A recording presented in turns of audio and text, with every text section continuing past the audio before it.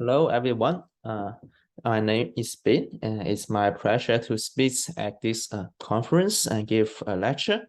And today I'm going to talk about a genre with Yuno Kifan, Adrian Yona, and Dennis Olsen about automorphisms of property T groups. And in this first lecture, I will talk about why I am interested. I will talk about some background information about property T groups and why I'm interested in their automorphism groups and some known results in the literature. Okay, so let me start with a definition.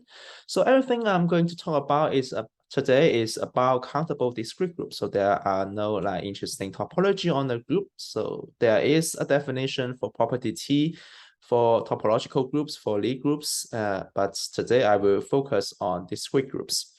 So in this sense, a group G has Cauchy-Dance property T if every affine isometric action of G on a Hilbert space has an invariant vector. So in other words, these groups does not have interesting affine actions on a Hilbert space. Typical examples of such groups include finite groups. Well, if you get a finite group acting affinely on a Hilbert space, what you can do is you pick any point and then you take its orbits and then do some average check, you get an invariant vector. So this notion is not really interesting for finite groups. For infinite groups, typical examples include those lattices of Lie groups, for example, S, L, and Z for n greater than or equal to 3. Lattices of the symplectic group SP and 1 for n greater than or equal to 2. And also from the geometric group theory sides, we have the automorphisms of free group of on n generators for n at least 5 have property T. Okay, we also notice that a property T passes to quotients because if you get any action of your quotient group, you get an action of the group you start with. So we also get that the automorphism groups of free groups on n generators also have property T for n greater than or equal to 5. Okay.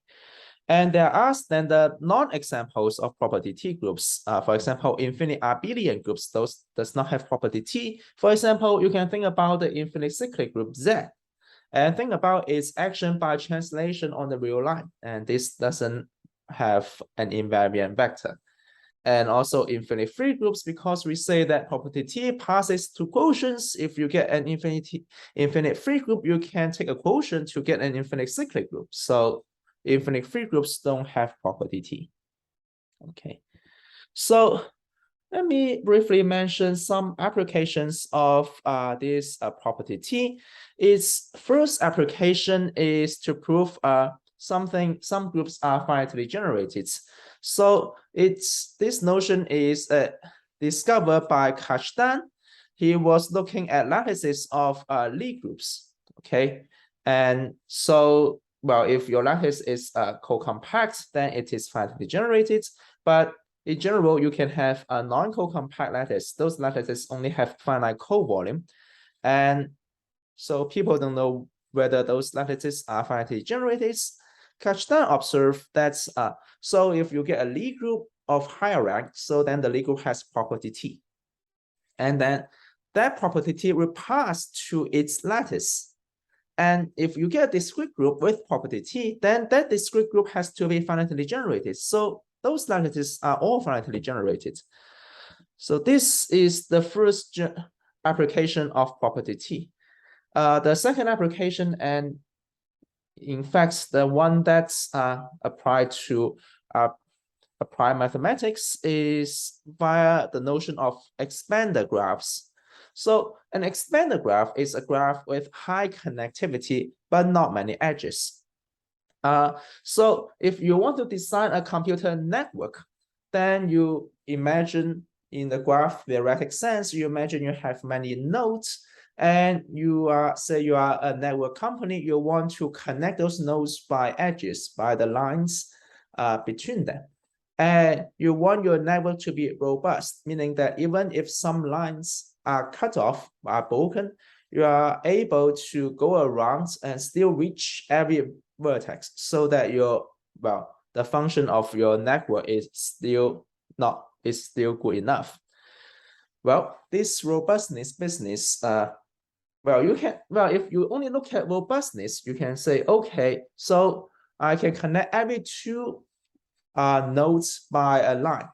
Well, that looks robust, right?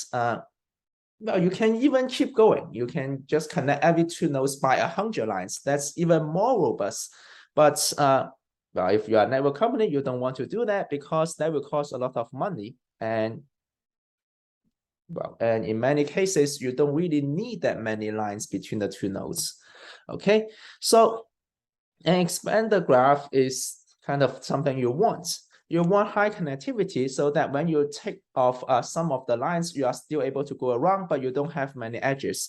And you also want a sequence of those expander graphs. So the first expander graph, and then adding a few nodes and edges, you get the next expander graph, and so on. You want such a sequence because your network is growing, right? You get new clients, and you don't want to just stick with one destination of a network. You want to have a sequence of those. And property T groups are used to construct such sequences of expander graphs. Okay. So this is a practical application of property T. And also those appear quite naturally for actions on manifolds. So if you get a property T group and you consider its action on a compact Riemannian manifold, and so let's say the action is rho, and suppose you get another action, rho prime, which is only a smooth action, but you assume that it is sufficiently close to rho. So in the sense of a C infinity, then in fact, these rho and rho pi are conjugates by a C infinity diffeomorphism. So there is not that many actions, not that many smooth actions of your group G on the Riemannian manifold M, other than the one that's coming from conjugation. So rigidity. So imagine that you get some smooth action. Somehow you say that you can assert that it conjugates to an isometric action. So for many purposes, you can just look at the isometric action. That's I think that's fantastic. Okay.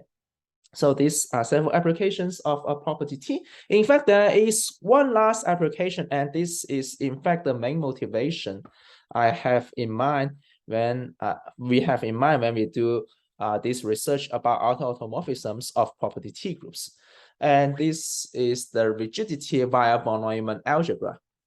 So von Neumann algebra is an analog of the group algebra. So let's just think about group algebra, okay? So, and in fact, if your group is finite, then these two notions are the same, okay?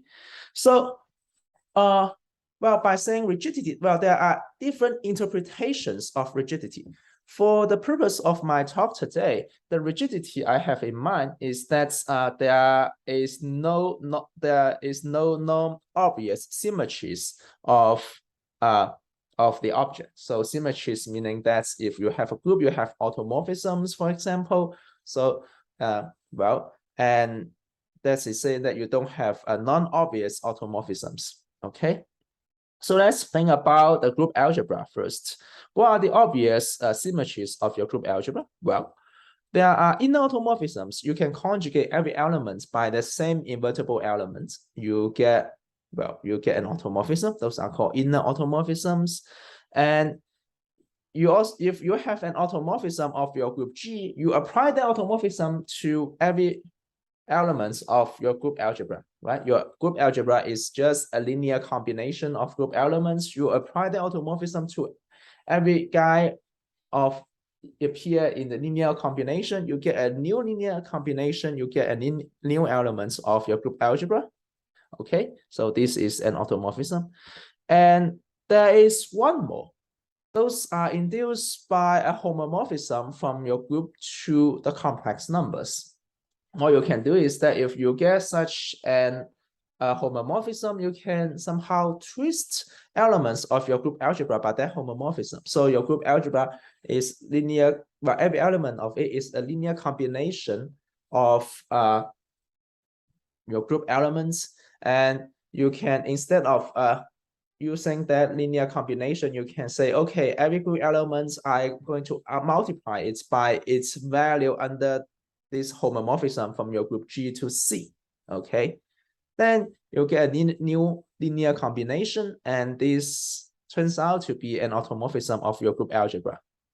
Okay, so these are obvious symmetries, and well, the natural question is how rigid is this group algebra, and how many symmetries that's non-obvious. And also, in case of the von Neumann algebra, we also have similar things. We have inner automorphisms. In that case, those are conjugates by the so-called unitary elements. Well, I don't want to go into the definition too much. And what you can think of is that those are a special kind of invertible elements. Okay, and also those, you have automorphisms coming from automorphisms of your group G. Okay, and also you have automorphisms induced by a homomorphism of G. Well, now the case is more restrictive. You have to consider homomorphisms from G to the complex circle, the unit circle in the complex number, not just to any complex number. Okay, so you twist every element by this homomorphism to the unit circle.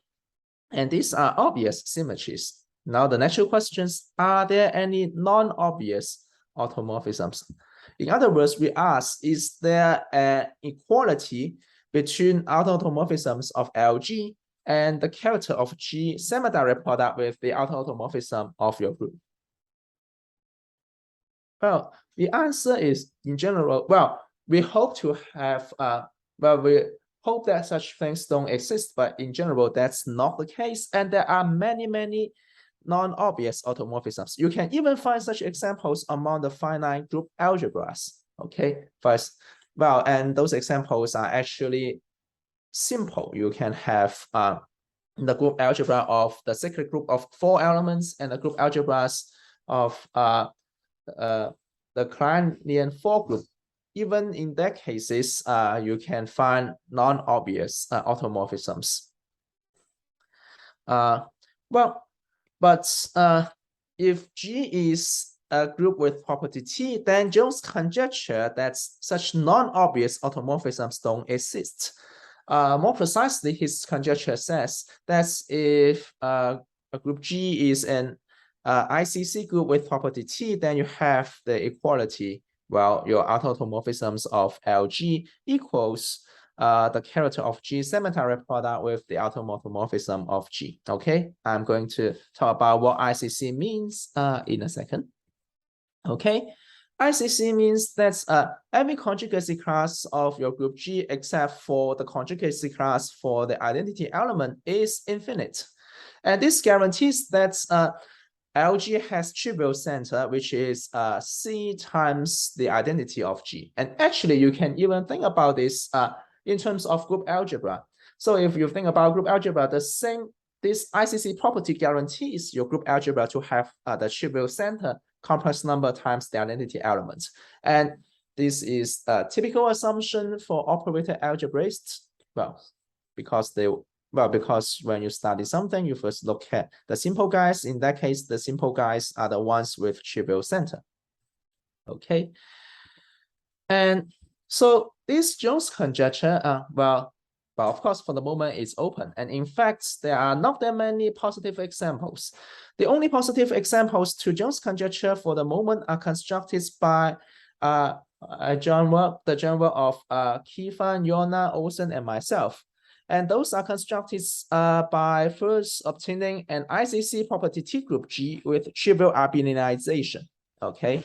And then you prove that automorphisms of LG is isomorphic to automorphisms of your group G. Okay. Right? Because if you look at this equality, and if G has a trivial abelianization, then G has no, well, this factor is just trivial. okay, because those are homomorphisms of your group G to the unit circle. Okay, and okay, so in view of those positive examples, two natural questions can be asked. First, which group is out of G for a property T group G? Okay, so what kind of group can appear as such an auto-automorphism group? And also what kind of group can appear as an auto-automorphism group of LG for a property T group G?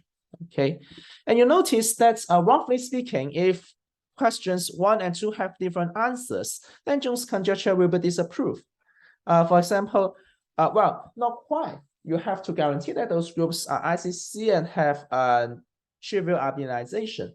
But roughly speaking, this is the case. But roughly speaking, if you can get different answers for these two questions, then Jones' conjecture will be disapproved. For example, if you can prove that every countable group appears as the automorphism group of such a property T group G, but not every countable group appears as out of LG, then, well, then Jones' conjecture just cannot hold, right?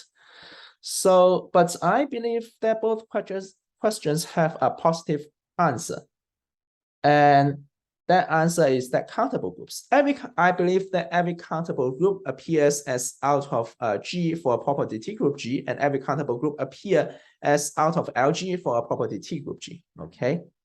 And for my talk today, I will focus on the first question. Okay. All right, first question. And so those are my motivation comes from operator algebras, but in fact, automorphisms of property T groups, those are interesting by themselves. And I want to make the observation here that property T usually imposes restrictions on automorphisms. The partial reason is that property T implies property Fa, meaning that every isometric action on a G has a fixed point. So this comes out when you have some hyperbolic group or groups with some hyperbolic feature, then those usually have some action on a G. And in that case, property T will say that that action has to have a fixed point. Okay, and if you have infinite automorphism group, then usually those actions don't have a fixed point. So, for example, Pauling proof that every property T hyperbolic group has a finite automorphism groups. So let me first recall what is a hyperbolic group. Those are the groups whose geodesic triangles of the Cayley graph are delta slim, where delta is a non-negative number.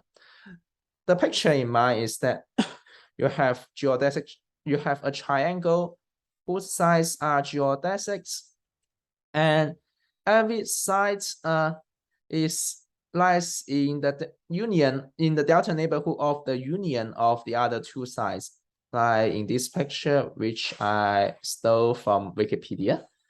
And if you look at this picture from further and further away, right? So if you further and further away, this triangle looks slimmer and slimmer.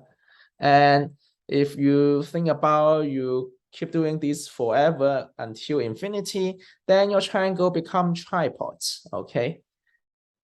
So a metric space where geodesic triangles are tripods is a G. Okay. So Pauling proof that is if G has infinite automorphism group, then G acts on some of those G's without a fixed point. Okay.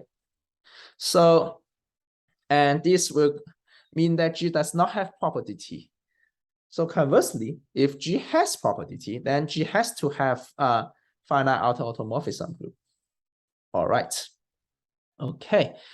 So in fact, similar results can be proved for relatively hyperbolic groups. For example, every property T relatively hyperbolic groups have finite automorphism groups. And also you can do this for quaternary hyperbolic groups. Those not necessarily have a finite automorphism group, but those have a locally finite automorphism group. And these theorems are all proved using so using the techniques I was mentioning, looking at the Fedeli graph from further and further away, and this technique is called asymptotic cone, and these results, all the proof of those results all use that those asymptotic cones have tree-like structures. Okay,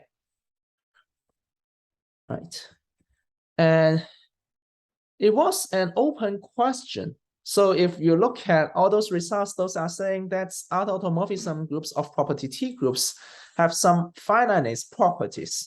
And it was an open question whether this holds true in general without any hyperbolic assumption, whether every property T group have finite automorphism group.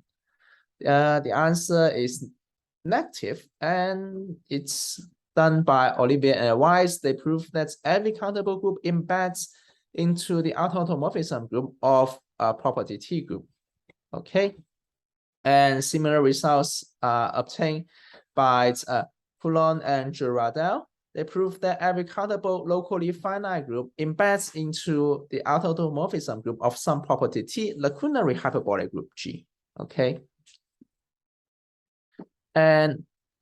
but if you look at these two results, those are saying that some embedding theorems. So you can say that your group sits inside the automorphism group as a subgroup, but you don't necessarily know that whether there is an isomorphism between these two things. So in principle, the automorphism group of a property T group can still be a special class of all countable groups. Okay, it could be that well, it could be that some countable groups never appear as such an automorphism, but in this joint work, we prove that this is actually not the case, and in fact, every countable group is automorphism group for some property T, a cylindrically hyperbolic group. So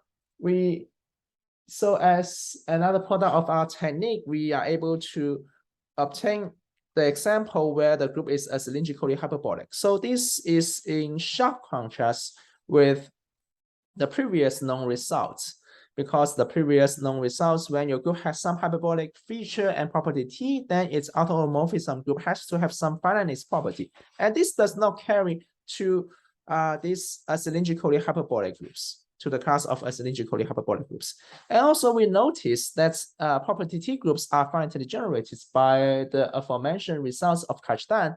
So those have a countable, at most countable automorphism group. So this gives a characterization of automorphism groups of property T. So our result gives a characterization of automorphism groups of property T groups. Those are countable. Those are exactly the countable groups. And as I mentioned before, that the combination of property T and a cylindrical hyperbolicity does not impose any restriction on the automorphism group.